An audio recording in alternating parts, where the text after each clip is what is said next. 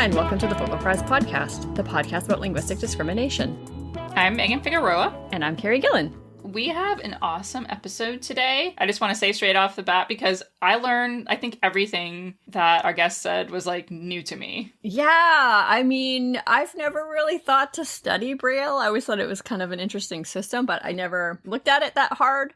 And yeah. I learned a lot. I love that. I mean, I always learn a lot from our guests, but my goodness. So yeah, I just want to say that straight off the bat.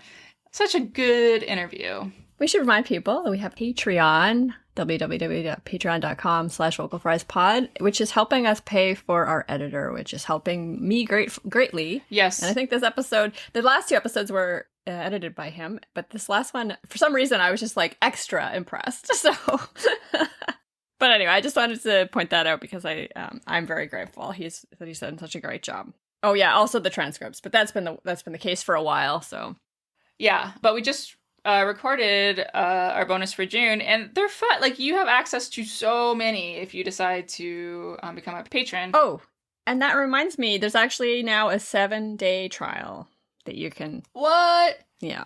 So that's really cool. Yeah. So go ahead and try that out, and hopefully you stick around. And if you don't, we understand. So this is in the conversation.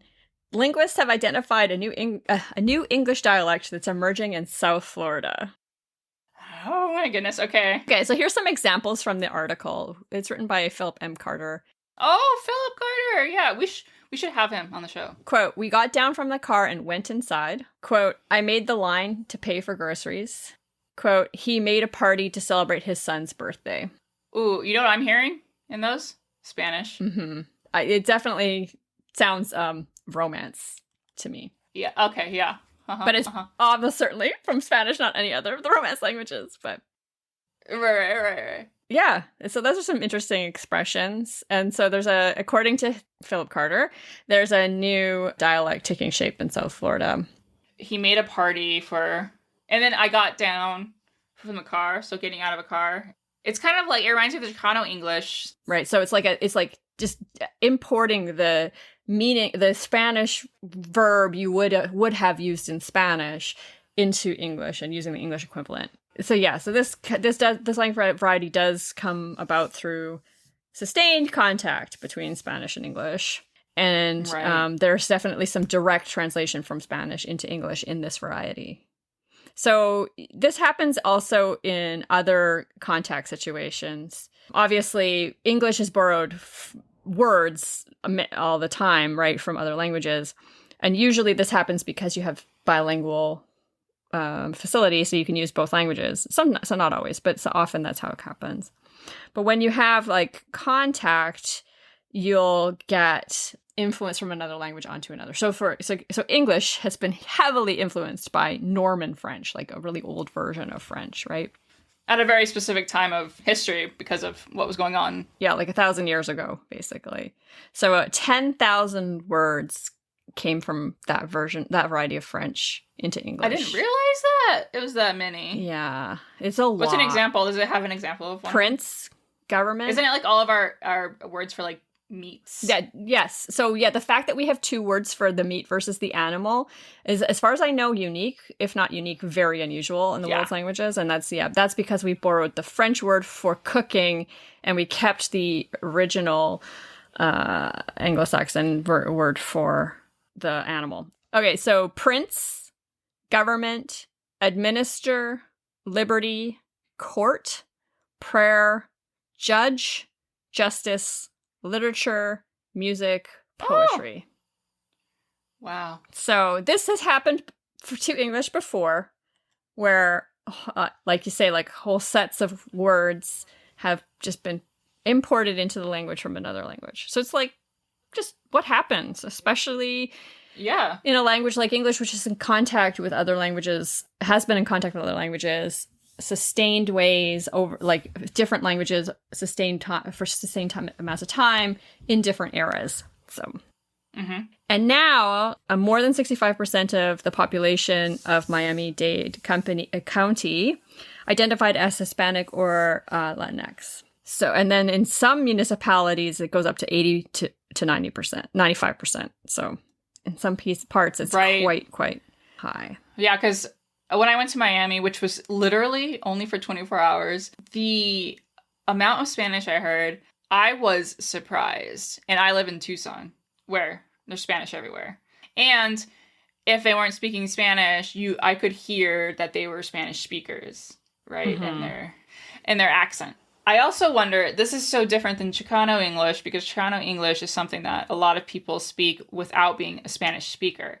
So I wonder if this is going to ever be I would guess it's not a thing right now where a lot of people don't speak Spanish. They just like got these features from like people that do.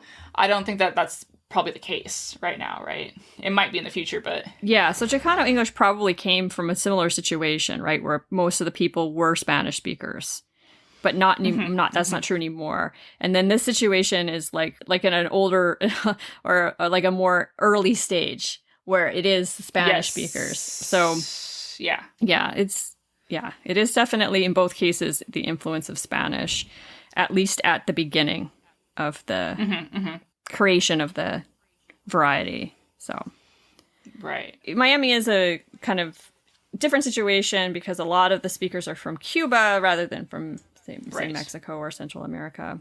We already have a bunch of calques, which is when we like import something directly from a language and keep the sound, right? A calque could be you take the exact meaning and translate it into your language. Okay, so it's not like taking... So like, laissez le bon temps rouler is a calque from English, let the good times roll. Okay, got it. So there's many, many calques in this Miami variety of English. So get down from the car instead of get out of the car is because they're just straight out borrowing the way you would say it in Spanish. Or married with, because in Spanish that's how you would say it. Here's another type of calque. This is a semantic calque where you're taking the meaning of the word, if in this case in Spanish, where it has certain meanings, but in English it has a narrower meaning, but now you're using the more broad meaning. So carne can both refer to meat, all meat, or just to beef. But in English, meat means any meat. You would never use meat. Well, outside of this variety, you would never use meat to specifically refer to beef. But in this variety, you can. So I'll have one meat empanada and two chicken empanadas, and they would understand you to mean beef and two chicken. One beef and two chicken. That's amazing. Yeah, so that's interesting. And then there are phonetic calques where you translate certain sounds. Thanks God is a common saying in Miami. I love it. Because gracias has an S at the end, so you're like, okay, I'm going to put an S at the end of the English as well, even though... It's not that it doesn't make sense. I guess it's just not how it is said in other varieties of English. I love it. This is amazing. Some of these things are only used in people who actually immigrated as adults. So things like throw a photo instead of take a photo. Sure, yeah. Is not used by American-born users of this variety. So in those who are Miami-born, they may be bilingual, but they may not be, although they probably are, just given the situation in Miami. English is probably still their primary language, or at least for some of them it is. Even for them, they will use married with. The ones that were born in Miami, they would have gone to school in Miami. So like that's going to be in English. That's I think a big difference, right? Because if they're new immigrants from Cuba, they would have had schooling in Spanish. Yeah, so there's a divide in terms of just like how much of these calques they use, depending on if they're born and raised in Miami versus moved there later. Right. I love it. Yeah, it's kind of cool to watch a new dialect to be born, sort of. Yeah, absolutely. Absolutely. Oh, I love language. Yeah, me too. We're such dorks. No, we are rich dorks. We are such dorks. But let's now be dorks about Braille. Yes.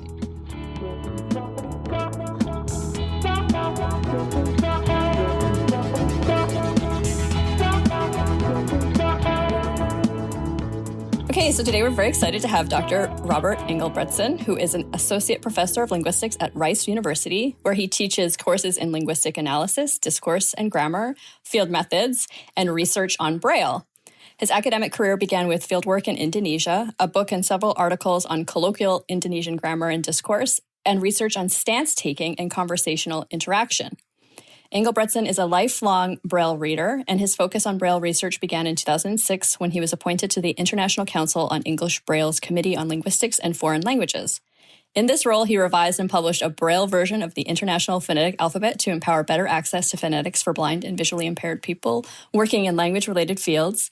In November 2019, the Braille Authority of North America recognized Engelbretson with the Darlene Bogart Braille Excellence Award for this work.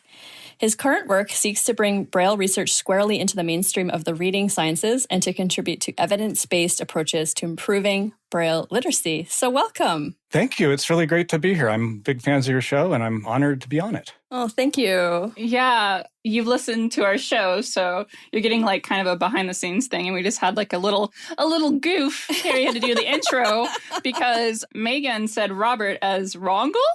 Something like that. Well, I don't even know. Like, there were just a lot of sounds in my head. It definitely was a name that I had not heard before. What I heard was Roggle. Same. I think it was a blend of part of my first name and part of my last name. So I was definitely like obsessing over your last name, and then it just came into your first name, and I got the giggles a bit, so Carrie had to do it.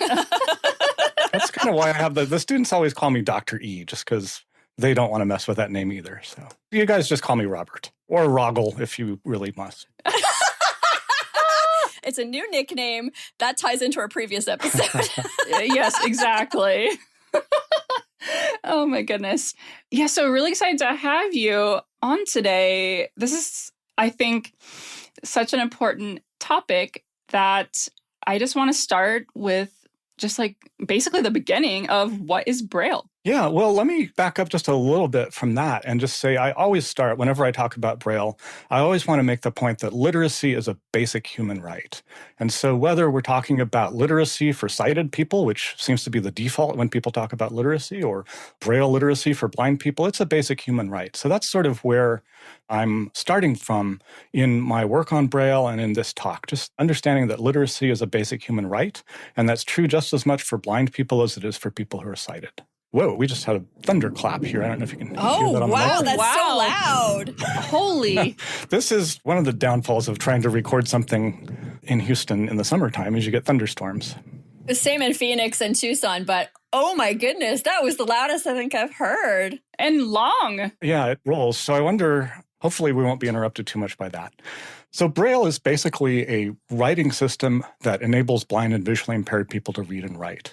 Braille is based on a cell that is 3 dots high and 2 dots wide. So every Braille character is based in 6 dots.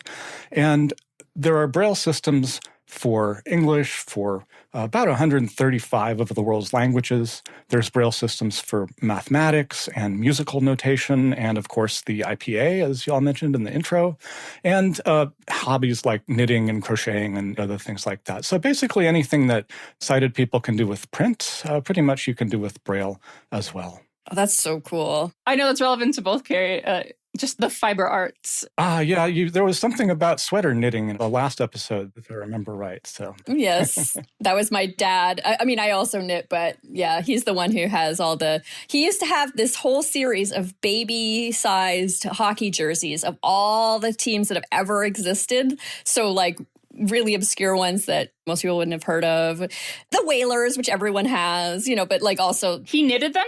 Mm-hmm. Wow. That's quite the art project. But anyway, back to Braille. Back to Braille, yeah. So historically, it's interesting. I don't think most people know how contested the nature of Braille was, especially sort of in its early days. I don't want to get too much into the weeds on the history, although we could talk for hours about that. But essentially, Braille is named after Louis Braille, who was born in 1809 in France. And around that time in Europe, in France specifically, there was a guy named Valentin Aury. I probably am mispronouncing the French horribly, but he started the first school for the blind, and it was in Paris in 1785. And what was used for reading at that point was essentially books with large embossed print characters. Okay, so they were large. You traced them with your fingers, but it was pretty radical even then to the idea that blind people would be educated and would learn to read. Okay, so around 1815, there was a person named Charles Barbier who invented a tactile writing system that there's been a lot of work recently looking at archives of letters and of Louis Braille's letters and of Charles Barbier's letters and of all of these letters from the time. And we find that there has been a lot of hagiography and urban myths, and you can think of it like the Great Eskimo Snow hoax in linguistics, but a lot of things about the life of Louis Braille, about how things happened, that are being revised a little bit in the light of what we now know from the letters and from the archives. So this gentleman named Charles Barbier was interested in writing systems more generally, and he invented this tactile writing system that he specifically intended for use by blind people. It was a series, well, there were two systems that he invented, but it was essentially a matrix of dots, and the position of the dot in the matrix would determine what sound it was. It was phonetically based also. Was he blind himself? He was not. He was not blind, nor were the people who ran the schools and who were promoting. None of those were blind. So in 1821, and this is to me where it gets really cool, the then director of the School for the Blind in Paris introduced his students to Charles Barbier's system and said, have at it. Basically, make this work. And so Louis Braille and his schoolmates took this system of sort of a matrix of dots, where a dot in a particular part of the matrix represented a sound, and reduced it to this, what I just described as the Braille cell, this character of 6 dots that was small enough to fit under the finger pad now, and that you basically could read really quickly by laterally moving your hands across the page. They also modified the frame and punch that Charles Barbier had invented so that blind students could write themselves. And prior to that, there was no way for blind people to write. You'd have to have someone write for you. And certainly writing the embossed print wasn't workable. That involved a lot of pouring wax and using dyes. And it was a very intensive process that really wouldn't work for like taking your own notes or passing notes under the desk to your friends in the classroom or whatever people did with them. So it was innovative, first of all, that what we now call the Braille system was developed by Louis Braille and his schoolmates, by blind people and for blind people, and essentially made it possible for the first time for blind people to both read and write. And it was a revolution in that sense. And it really took off among the students at the school. Now, unfortunately, around that same time, so the then director of the school resigned or left or died or retired. I can't remember exactly what happened. And his predecessor was not a fan of this new system. So it was sort of not encouraged, shall we say. And this also, around the same time, is what was happening in the United States. So a gentleman named Samuel Gridley Howe, who you may have heard of, he was a physician, and he was interested in starting a school for the blind in Boston, which he did. And his method of writing was also a raised print system, which became known as Boston line type. And there were other raised print systems in existence in the 19th century in America, so Philadelphia line type and a couple others. Essentially, the Braille system eventually took off around Europe. And in the 1870s, it was widely adopted across Europe and in Britain as well. But it took a long time after that for it to catch on in the United States, because the cited directors of the schools for the blind, the arguments that they made were essentially, at some level, what we could now think of as universal design, right? We want a system that everyone can use, that's universally usable by both blind and sighted people. I mean, never mind that sighted people are not going to be using these enormous embossed raised letters, but I think the underlying concern was if you have a separate writing system for people who are blind, it's going to cause segregation and all of that. But what they failed to take into account was, which they didn't really know then, of course, was sort of the way that the human visual system and human tactile system are different, right? So the affordances of the human visual system are for recognizing things like lines and curves, which is what we find in most print writing systems, a lot of lines and a lot of curves. But for the tactile system, The affordances of the tactile system are more dots and texture, so texture patterns. And the Braille system really was much better suited for how the tactile system works. So if you're following what is called the sighted norm, if you're following the sighted norm, because you're someone who can see, so you're trying to create the system. I'm not. Right. These people, Samuel Gridley Howe, who I'm assuming was not blind. Pretty much all of the heads of the schools for the blind in the 19th century were sighted people. Right. So even if you have good intentions, right, you still do not have those lived experiences to know that, like, you're putting your finger over embossed letters and you can see, you're seeing what you're putting your finger on, right? And so, like, they just can't imagine beyond that. They're like, oh, this works. And I'm wondering, this embossing of letters, so just for, like, getting a sense, how high off the page would this have been? Like, not much, right? It's just... Yeah, they were pretty low on the page. And there's a couple of really interesting museums where you can kind of go see this stuff. So if anybody happens to be in Louisville, Kentucky, that's where the American Printing House for the Blind is. And there's the Museum of the American Printing House for the Blind, which has, I just spent hours there one day I was visiting, just going through the exhibits. They have examples of Boston line type, of the various line types, contrasting them and comparing them with Braille and other systems that were in use. Sort of my point here isn't to so much get into the weeds about that as to say it wasn't until 1916 that the schools for the blind in the United States adopted Braille as the writing system. There were competing systems. There were all these line systems. There was a competing point system called New York Point that was invented by a sighted school superintendent in New York. That's why it's called New York Point, which was competing with Braille. And there was a lot of animosity between these various systems, which became known as the War of the Dots. And eventually this was resolved in favor of Braille in 1916, and it was standardized in the 30s. And at that point, it was kind of brought more into line with the Braille system that had been used all this time in Britain. It's a very contested history, and I don't think most people realize, the War of the Dots. It's an interesting time period in blindness history. But I don't think most people realize that Braille wasn't really widely adopted until the early part of the 20th century, barely over 100 years ago in the United States. Yeah, I had no idea. I was going to ask, like, what other competing systems were there, because I had no idea. I've only ever heard of Braille.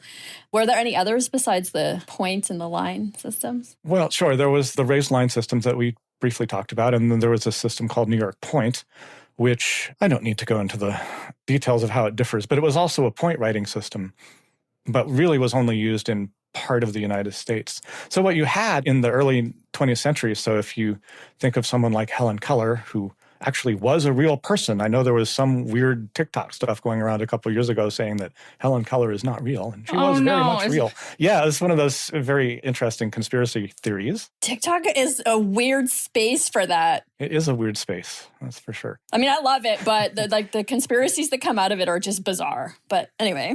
But Helen Keller, for example, read all of these systems. If you were a blind person in the early 20th century, you had to read Braille. Well, no, you didn't have to read Braille. You may have read both Braille and New York Point, and probably one of the raised line systems as well. Is New York Point also where it fits under the pad of your finger? It does fit under the pad of the finger. The configurations of dots are very different. So the New York Point cell was 2 dots high rather than the Braille's 3, and it was variable width. So theoretically, in terms of like information theory, you could fit a lot more on a line than with Braille. It was a lot more compact, but Braille won out for good reasons. I guess it's just like the crafty person in me, because like I know what embossing is really, like, anyone can do it now if you go to your craft store and get some supplies, right? But I'm thinking about how important it is to have it for efficiency, like you said, to have it to be under the pad of the finger instead of like having to go up and down and not just like left to right or whatever. Yeah, so the idea with most of the raised print systems, you had to trace them with your finger, whereas Braille, you read completely laterally. One of the things that early Braille readers often do is they'll sort of what teachers call scrubbing. They'll move their finger up and down real quickly to try and get a sense of the character shape. And that's not how proficient Braille readers read. We read basically by smoothly moving your hand across the line of text.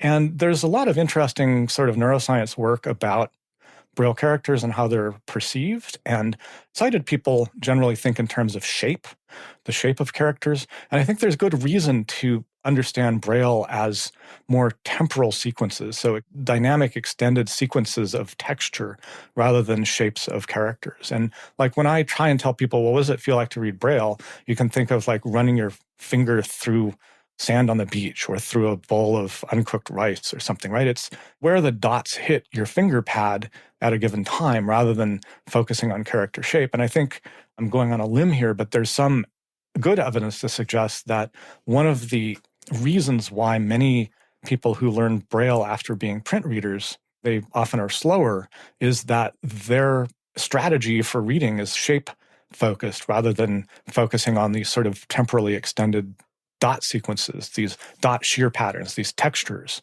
So that is one difference, I think, that, when we talk about, you mentioned this idea of site-centric views of Braille, I think one of those areas is the focus on shape, when in fact Braille appears to be more based in extended patterns of texture and dynamic temporal sequences of dots rather than shapes of things.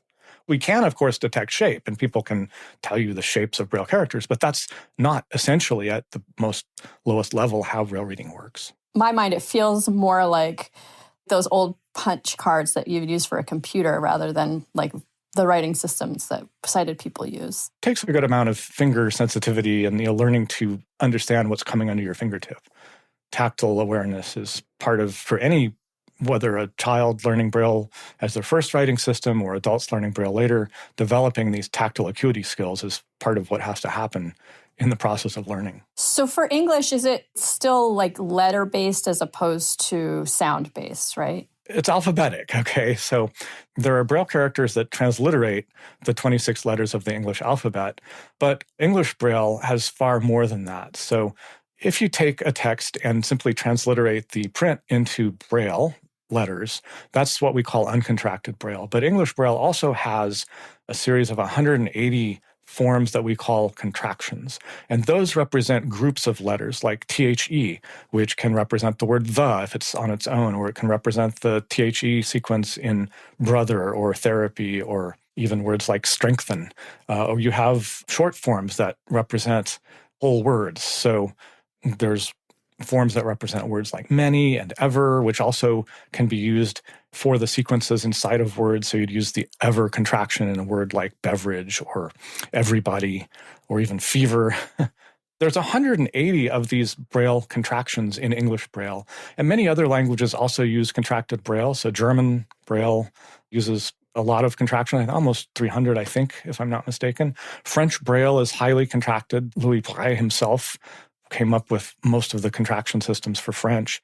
And essentially the reason for that is it saves space, it saves paper, it saves time, it makes it quicker to read. And there has been some claims that say that contracted Braille promotes, in sort of the reading sciences, we talk about the direct and indirect routes of reading, and that reading contracted Braille promotes more of the direct route from form to meaning rather than the indirect route, which is essentially through phonology. With the contracted Braille, can you tell us about how that blows up a print-centric view of Braille? Will you discuss what adequation is? So all that's related, right? So one of the things that contracted Braille does is it, in many cases, wrecks sublexical structure. So things that linguists know about, like morphemes and, for example, are not often paid attention to when Braille contractions are used. So there's a Braille contraction for ED. So it's a atomic symbol, right? It doesn't, not decomposable into E or D. These contractions are unique symbols. So you use this ED symbol in words like redraw, even though it bridges the prefix and the stem. You use it in a word like boredom or freedom, even though it bridges the boundary between the stem and suffix. So as a linguist, one of the things that I'm really interested in is what is the role of morphology and knowledge of morphology? How does that come into play when you're reading a system like contracted English Braille, where morpheme boundaries are less apparent than they are in reading print? And I want to give a shout out to my collaborators, Simon Fischerbaum at Rice and Kay Holbrook at the University of British Columbia. That's one of the things that we've been looking at in our work, are the effects of reading contracted Braille and how that interfaces with morphology and digraphs and things like that. So that's one of the ways that the contracted Braille differs from print, for example, is in the way that things get grouped together is quite different and has a lot that we can learn from it about how humans process morphemes and that kind of thing. And vice versa, really the Braille world has a lot to learn from the reading sciences and from linguistics about how reading works. And my hope is that some of these contraction conventions where morpheme boundaries aren't respected are going to be changed eventually so that we don't have things bridging morpheme boundaries in words. Because our work has shown that it interferes with reading, that we've done some experimental work that shows that readers are slower and make more errors when recognizing words that have bridged morphology. And young children writing Braille also make more errors when writing words with bridged morphemes than words where morphemes are not bridged. So you shouted out some collaborators. You all have different relationships and histories with Braille, which I think is so cool. Before we get any further, can you tell us a little bit about your history with Braille? Because you're a lifelong Braille reader. Like, what's your history, and is that a unique experience? Well, lifelong may be a little bit of a stretch. I mean, maybe from kindergarten on. I grew up learning Braille alongside my sighted classmates who were learning print. The history of education for blind children in the United States and around the world has changed a lot in the last few decades. So prior to the 1970s in the United States, most blind and visually impaired children were educated in separate schools for the blind. And around 1973, with the Rehabilitation Act, Federal Rehabilitation Act, that started changing, and more of us went to school in our local public schools. And we had teachers, they're called teachers of students with vision impairments, or they previously had been called resource teachers or teachers of the visually impaired, who would pull you out of class for preferably an hour a day to learn Braille. So they would work with you on teaching Braille, on teaching other skills that are really important to have, such as cane travel and other important skills for getting around in the world, that there was really nowhere else to learn those. Now, unfortunately, as we sort of come further and further along, school districts are really cutting back budgets. And we find now that teachers of the visually impaired end up with huge caseloads. They're often itinerant teachers who go between multiple schools in a district. And many children are not getting the kinds of education that they need in terms of Braille, for example, because the teachers are spread so thin, and classroom teachers themselves usually don't know Braille and are certainly not qualified to teach it. So that is one area that needs to really change, is the attitude toward Braille and toward students who need to learn Braille in many of the school districts around the United States and Canada. Not all. There are some districts that are doing really excellent jobs, but it does seem that there are a lot of parents that really have to fight to have their children being taught Braille, or even to have them taught Braille in a way that they actually learn it.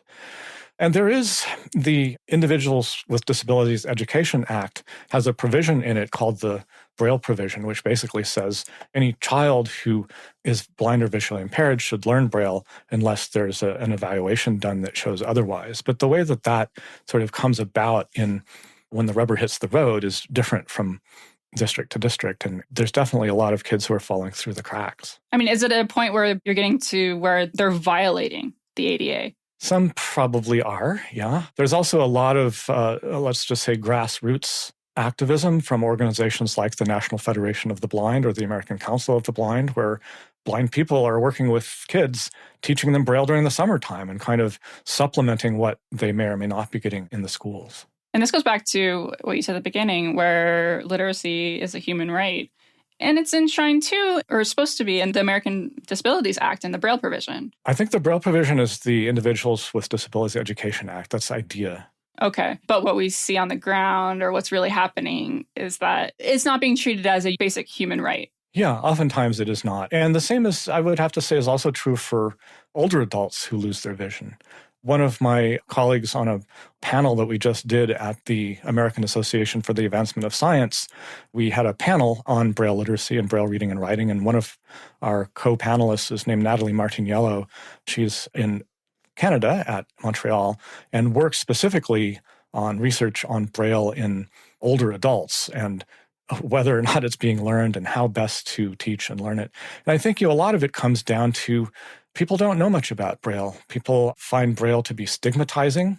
Now, that stigma against Braille really reflects an underlying stigma against blindness, of course, and ableism there. Or just the idea, I think many people would say, wow, I didn't know that blind people even still use Braille. Do people still use it with all the technology that we have? Why don't people just use screen readers and audiobooks and that kind of thing? My response to that, and most of those of us who are Braille users, is Braille provides access to direct literacy, just like print does. So we see how things are spelled, you see punctuation, you see sentence structure, you read at your own pace and in your own voice. Tools like synthetic speech and audiobooks, they're important parts of our toolbox, but they don't replace direct literacy, just in the same way that there really aren't, as far as I know, a whole lot of print readers who would say, yes, we should get rid of print and everyone just use synthetic speech and audiobooks. Maybe some people would make that claim, but I don't think so. I've put it so if synthetic speech and audiobooks are not good enough for print readers, for sighted people, then why should they be good enough for people who are blind? Again, it's a matter of literacy being a basic human right. Also, how are they going to do that, like on elevators or wherever? Like, they're just going to have screen readers everywhere? Like, that doesn't make any sense. No, there are a lot of people who don't read Braille. You often will see raised printed numbers that could be read as well. You're exactly right. The idea of replacing Braille or print with things like screen readers or audiobooks, it's not really, it doesn't foster literacy in the same way as print reading or Braille reading does. It's interesting you mentioned elevators, and I often like to start out, which we didn't do here, I forgot, but I often like to start out conversations about Braille and talks about Braille in terms of like having people think about, where do you see Braille in the environment? Where have you encountered Braille? Where have you noticed it? Yeah, certainly elevators or like crossing signals are the places I've seen the most recently. I've also seen a few TikTok videos about like people taking notes using Braille. Yeah, just in my day-to-day life, I would say mostly infrastructure, I guess. Yeah, medical buildings. I think federal buildings, I remember thinking that this is because of the law. Well, all public buildings are required under the ADA to have Braille signage. So Braille signage, Braille room numbers, that kind of thing. Is it then required that museums are supposed to provide this too? The requirements have more to do with signage for room numbers and elevators. And, everyone always mentions elevators. And I'm thinking of an anecdote that a friend of mine named Georgina Kleege, who was a professor at UC Berkeley, taught in the English department, creative writing. And she's written a number of really excellent books on blindness and Braille and from a disability studies perspective. And one of the articles that she wrote, I recommend her work if people are interested, but one of the articles that she wrote was called Visible Braille and Visible Blindness, talking about how people often see Braille in public spaces, or Braille is used in things like art exhibits as decoration or to symbolize something. But what's not being seen are actual blind people and actual blind people using Braille. And she starts that article with an anecdote she had heard from a mother with a small child, probably 3 or 4 years old. And the child says, "Why do all the blind people live in elevators?" And the mother says, "What makes you think blind people live in elevators?" And the child says, "Well, that's where all the Braille is." Oh my goodness. Right? So you can kind of imagine, yeah, exactly, from a kid's perspective, if that's really the only places you see Braille, then it doesn't come as a surprise that a child might think that. Think about it from the perspective of a blind child who is becoming a Braille learner. The early literacy environment for sighted kids, I asked you to think about where you've seen Braille in the environment. I guess the flip side is, where have you seen print in the environment, which you don't really have to think about, right? So for the pre-literacy environments of sighted children, there's print all over the place. You can point it out. They notice it. They kind of hopefully are getting an understanding of what it is, whereas you don't have that for the early literacy environments of Braille reading children. So you have to work really hard sort of around the home and around other places to make Braille available where kids can find it and can come across it. There's some really excellent books that are in both print and Braille, so it works both ways, right? A sighted parent can read with their blind children, or vice versa. A blind parent or guardian can read with their sighted kids. There's a lot of really cool resources out there that promote the use of Braille. I want to go back to, I'm thinking with like the museum and experiencing what's in a museum and being an active participant in your own literacy, right? So like being an active reader, like I think about how I won't listen to an audiobook, but I am a visual reader. Like literacy is visual for me, but I want to engage with the text by reading it. And I mean, it's the same thing here, right? Like you want to be an active participant instead of just having to listen to the screen reader. You want to be able to read at your own pace and it kind of from your own voice. And like if you need to enjoy reading a sentence or a word or something, you want to be able to stop and go back and do that. So yeah, it's super important. And I would say, in terms of technology, now more than ever, technology makes Braille more accessible and more available than in previous generations. So I'm kind of the generation that sort of straddles this growing up and partway into grad school, or really was sort of, I don't want to say pre-internet, that's not quite right for grad school. But so what we have now is a lot of technology, Braille displays and Braille embossers, and I have a Braille display that hooks up with Bluetooth to my iPhone or to my PC, and I can download a book on Kindle or on any of the apps that you can and just start reading it right away. Whereas sort of in previous generations, so when I was in high school and college, if you wanted a book in Braille, you would have to send off the print copy to a human who would transcribe it, and it would take months and months and months, and eventually you'd get your book. But the real-time nature of Braille right now is fantastic. So when people say technology is making Braille obsolete, I would say, no, it's actually making Braille more available and more accessible than ever before. You can have instant access to it. I got chills right now because I'm thinking like how important, I'm an avid reader, and the idea that a Kindle could get me a book immediately, I didn't have to wait until like the next day to go to the store or something. The fact that you can do that, like it's now technology has made it so that people that are tactile readers have that too. That seems exciting. It's very exciting. I mean, that's kind of like, what do I want people to get out of this, of me being on this podcast? One of them is that technology has really done amazing things for the availability and accessibility of Braille. So it's not making it obsolete. It makes it more available. Yeah, it's a nice reminder that tech doesn't always have to be destructive. I'm feeling pretty anti-tech right now because of all the AI stuff, but...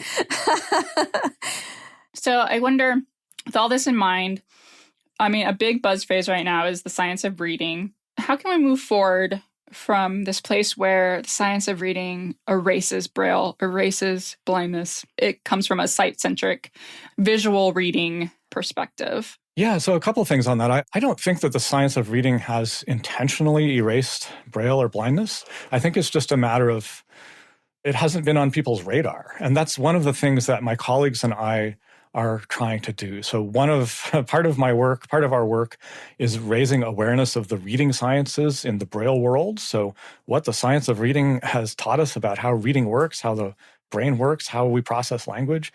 But on the other side of the coin, raising awareness about Braille in the reading sciences. And I should put a plug in for our recent article, a position paper on Braille in the reading sciences, Decentering the Cited Norm, which was just recently published in the Journal of Applied Psycholinguistics. We give an overview of Braille and how it's read and how it's written and how it works in various languages, but also we talk about how it's been sort of gone under the radar in the reading sciences and how having the reading sciences more involved in Braille research will be helpful both for the Braille world, but also for understanding more about how reading works, the diversity of writing systems that we have in the world. Most of the science of reading has done a really good job about looking at writing across the world's languages and the world's writing systems. But for some reason, nobody's really been thought to include tactile writing in that whole discussion. So I was excited about a year ago when the second edition of the Science of Reading, a handbook, came out. And I thought, well, maybe there'll finally be a chapter on some mention of Braille in this, But again, there's this wonderful volume that kind of encapsulates most of general knowledge of the reading sciences doesn't even mention Braille once. And I don't think it's intentionally erasing Braille, but the fact that it isn't there leads to its erasure because people think, as I've been told when I've gone to present at Science of Reading conferences early on, I had a fairly well-known person in the field say, well, Braille is not visual, so we don't think of it as reading. It's more special ed. And I said, well, I think we need to talk about that. So I don't think this person was counting on me pushing back as hard as I did, but it needed to be pushed back on because exactly that problem, when handbooks of the reading sciences or when general interest books about reading and writing don't even mention Braille, then nobody thinks about Braille. And if nobody thinks about it, then nobody does research on it. So to your question about how the reading and sciences have erased Braille, it's more sort of this passive erasure where you just don't talk about it. And so it's sort of self-fulfilling. So my colleagues and I are kind of aiming to put Braille into the reading sciences. See how interesting this all is? We really need to be paying attention to this, not only for people who are blind and visually impaired and literacy, but also for the scientific importance of understanding what it means to be a tactile reader. And there have been some good work. So there was a psychologist in Britain who published a book in 1997 called Reading by Touch, which was, her name is Susanna Miller. And she was one of the few people that had spent most of her career looking at Braille reading and writing from a cognitive psychology perspective.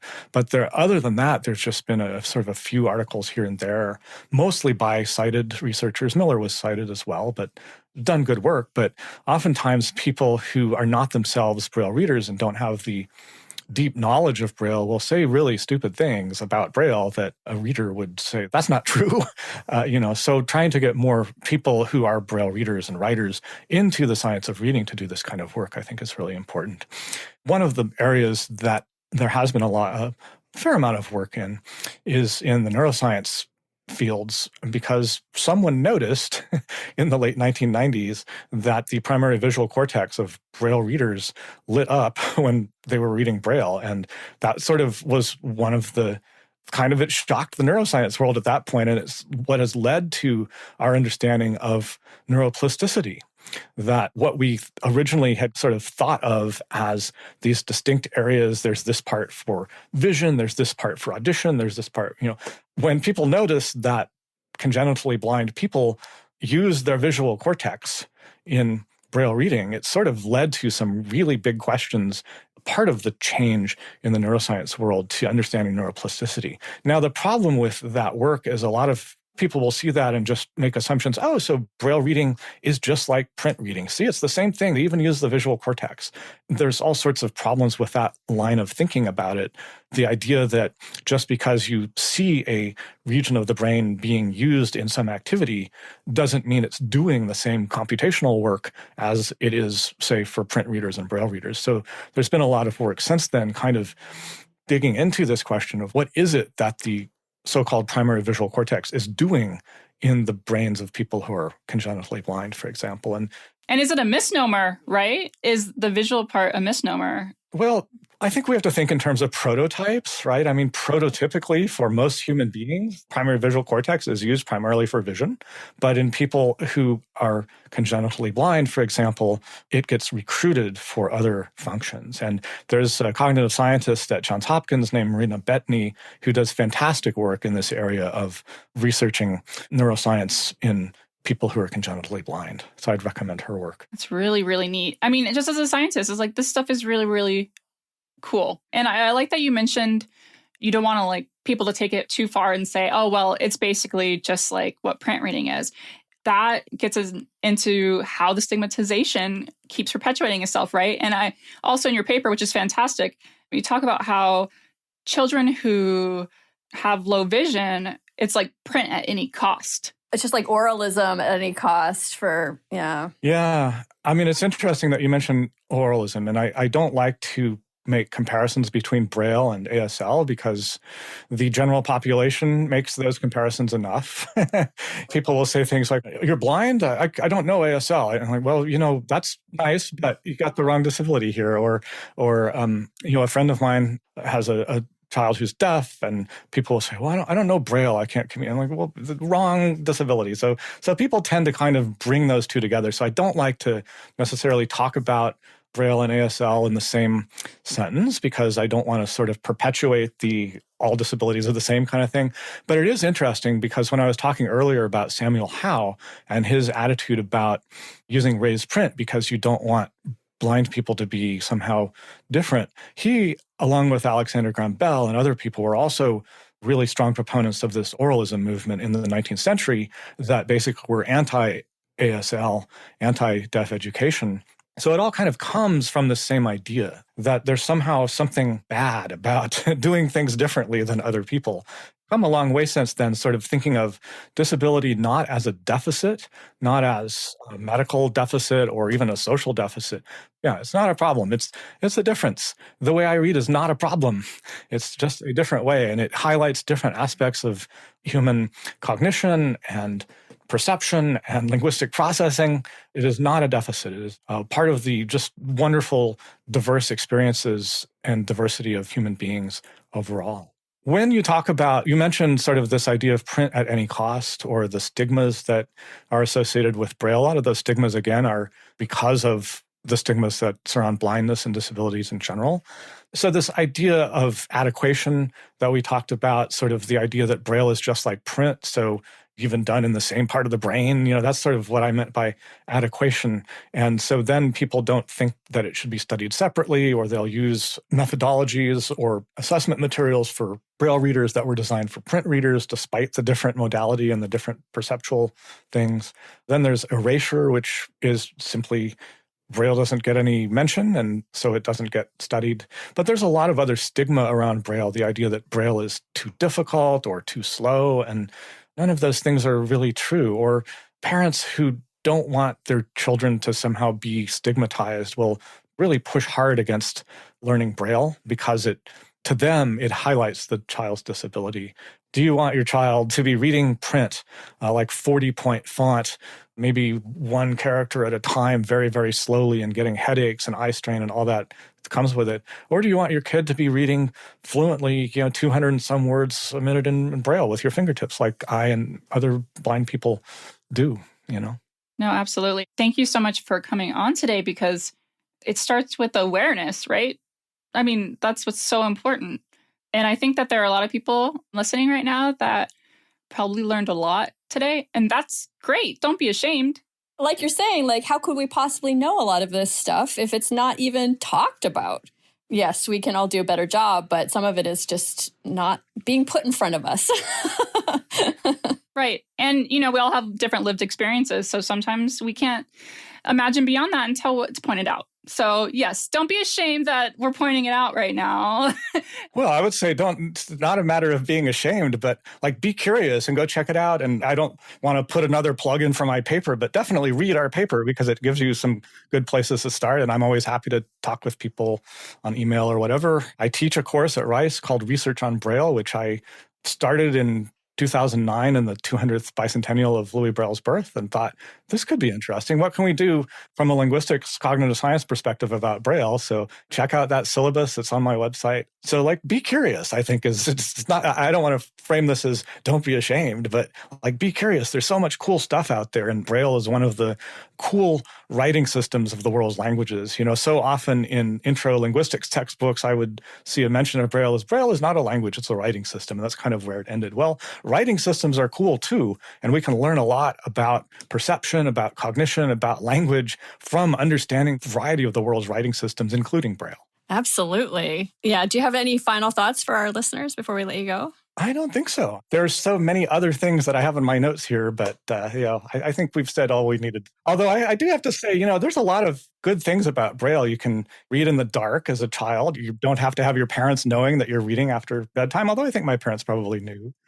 You can read on a podium. Your audience doesn't have to know that you're actually reading your talk because your hands are doing it, not your face. I'm not going to start out and say, Braille is better than print. This is not a valuation judgment, but there are certainly a lot of cool things that you can do with your hands when you read that you can't do with your eyes. It's better in some circumstances, for sure. That's cool. Well, thank you so much for being here today. Yeah, thank you for having me. This is a lot of fun. Yeah, and so in addition to be curious, we leave our listeners with a final message. Don't be an asshole. Words to live by. Right? Thank you.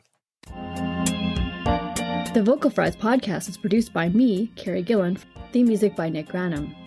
You can find us on Tumblr, Twitter, Facebook, and Instagram at Vocal Fries Pod. You can email us at vocalfriespod@gmail.com, and our website is vocalfriespod.com.